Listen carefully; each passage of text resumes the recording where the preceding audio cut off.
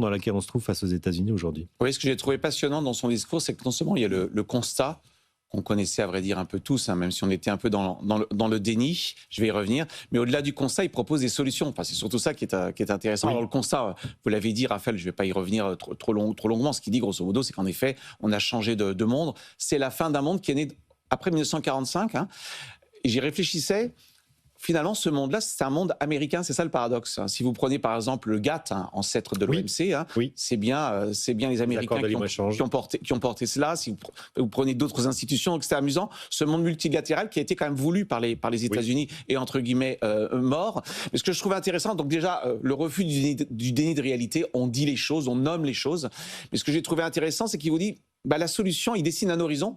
Et après, il donne des mesures. L'horizon, c'est, vous n'avez pas le choix, enfin, vous n'êtes pas obligé de tomber dans le choix binaire entre se soumettre à un empire, quel qu'il soit, ou la guerre de tous contre tous et le repli sur soi. Il vous dit, en fait, il y a une troisième voie. Moi, j'ai trouvé ça intéressant, l'idée des alliances de circonstances entre les puissances moyennes, au gré des sujets. Il propose notamment une alliance Europe-Canada. Eh oui, mais la main à l'Europe. Mais on va y revenir. Il peut y avoir d'autres alliances sur d'autres sujets. J'aime bien cette idée qui consiste à dire, en réalité, face aux empires, les puissances moyennes, si elles jouent de manière plastique, de manière elle-même opportuniste, peuvent recréer un monde de règles. Il ne vous dit pas que la règle est morte, il vous dit la règle multilatérale. Mais entre la règle multilatérale qui est morte et la guerre de tous contre tous, il y a des règles au gré des circonstances. Et je veux bien y revenir d'ailleurs tout à l'heure. Je pense que typiquement sur l'OMC, il y a un beau sujet à mon avis qui n'est pas encore adressé, il n'en a pas parlé dans son discours, c'est que l'OMC est entre guillemets morte. Oui, l'OMC est en état de mort cérébral. Oui, pas tout à fait. Emmanuel. Pas tout à fait, j'y reviendrai si vous voulez tout à l'heure. Il y a un organe de règlement des différends qui s'est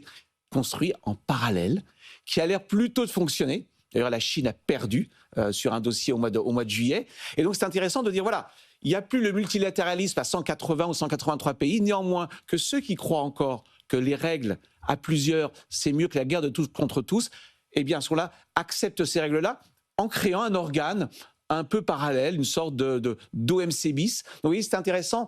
Le choix n'est pas entre le repli, la guerre et le multilatéralisme. Il peut y avoir du plurilatéralisme. Et j'ai bien aimé cette idée d'alliance au gré des circonstances. Léonidas. Écoutez, moi, je trouve que c'est effectivement, d'ailleurs, en écho quand même un peu à ce que l'Europe